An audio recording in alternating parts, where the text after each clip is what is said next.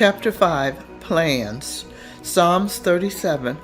Trust the Lord and do good. Delight yourself in the Lord, and He will give you the desires of your heart. Coming to a new place without any directions and following the lead of the Lord, and being granted a place to call home was truly a miracle after being in Florida for one day. I was convinced the more that the pieces of my puzzle were coming together. Thank you, Lord. We returned to let my children know of our plans. Since we had a move-in date, we would have to arrange to go back home to get our belongings that were still in storage. We had 3 weeks before we could move into our new apartment. A week passed as we were preparing. Suddenly, we were caught in the middle of an unfortunate situation that caused both me and my son's family to have to move. This is considered a jagged piece of my puzzle. That is when circumstances occur and you just don't know where the pieces are going to fit because it was not a part of the puzzle that you planned. Remember, the devil has a little say in what you do, if you're none the wiser to his many tricks. John 10:29. The thief comes only to kill, steal, and destroy.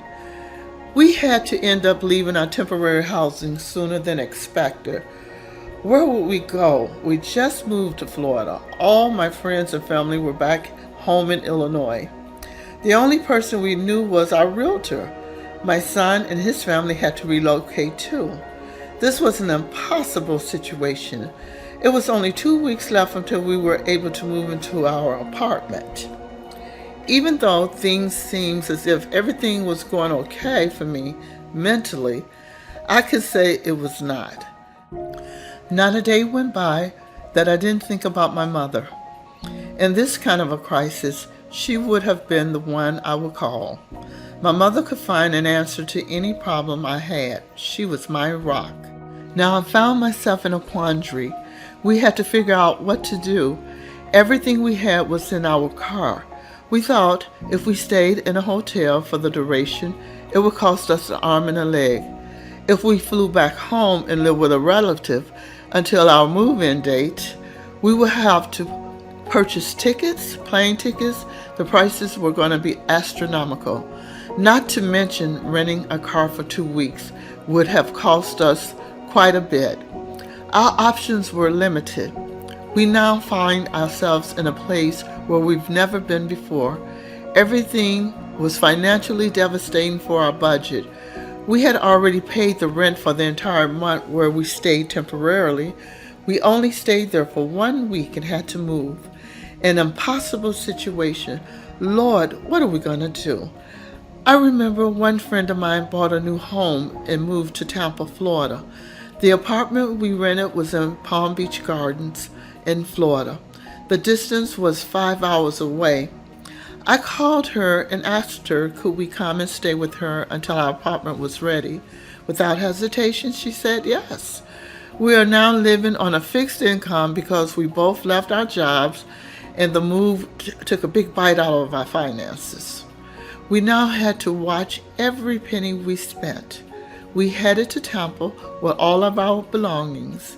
We should have stayed in a hotel for one night, but we could not even afford to waste any money. We found ourselves in a place that we had never been before, needing someone to help us when that is all we did in our church, help others that were in need. We were very private people and did not want to expose our problems to anyone. You see, people automatically think if you're a pastor, you are exempt from problems. They look at us to be an analytical person, so we dare not let on that we had a crisis. I could only imagine the thoughts that would come before the help. They should not have moved. They should have prepared better. Why didn't they have a second plan? And the list goes on and on. Some people live just to watch you have hardship. But I learned through life, behind every hardship, there is a soft bed. All the pieces of my puzzle were not going to be rough. I had to keep my focus and not entertain any negative thoughts that the devil was trying to throw at me. I had enough in my bag, no room for anything else to fit. We got on the road and finally made it to Tampa.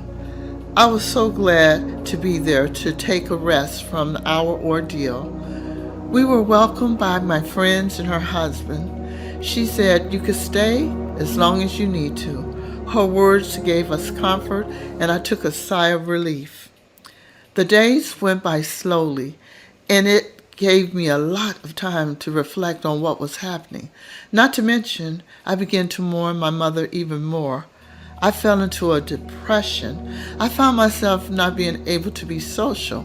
I tried to put on a smile on my face because I did not want my mood to affect anyone else. My friends was hospitable when we arrived, but by day 3, the mood in the temple of the house changed. I found myself sleeping more. My husband grew a little concerned about me. I have always been the type of person that could muddle through anything.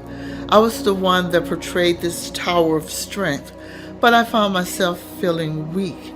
Everything just came crashing down around me. My constant prayer was, Lord, please, please help me through this. I did not want to be a burden to anyone. I just needed my sense of independence. I did not know what to do with myself.